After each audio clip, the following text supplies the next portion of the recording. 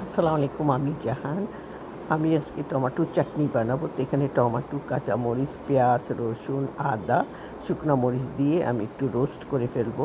ঠান্ডা হয়ে গেলে টমেটোর চামড়া ফেলে দিব। তো আমি তেঁতুল দেখানো ভুলে গেছি, এখানে তেঁতুলও দিতে হবে এবং সুন্দর করে ব্লেন্ড করে নিতে হবে। এরপরে বাগার হিসাবে আমি সরষের তেলের সাথে আস্তা জিরা দিব, সর্ষা দিব এবং শুকনো পুদিনা পাতা দিব। আপনার কাছে শুকনো পুদিনা পাতা না থাকলে আপনি ফ্রেশটাও দিতে পারবেন। আপনি একবার হলো এই ডিপটা বানায় দেখবেন। এই ডিপের সাথে আপনি সিঙ্গারা, সমোসা, পেঁয়াজু, বেগুনি যে কোনো জিনিস আপনি খেয়ে দেখবেন, আসলে অনেক মজার। তো আজকে এই পর্যন্তই। সবাই ভালো থাকবেন, সুস্থ থাকবেন, আমার জন্য দোয়া করবেন, আমিও আপনাদের জন্য দোয়া করব। আমার পেজকে সাবস্ক্রাইব এবং শেয়ার করে দিবেন। তো আজকে এই পর্যন্তই। আল্লাহ হাফেজ।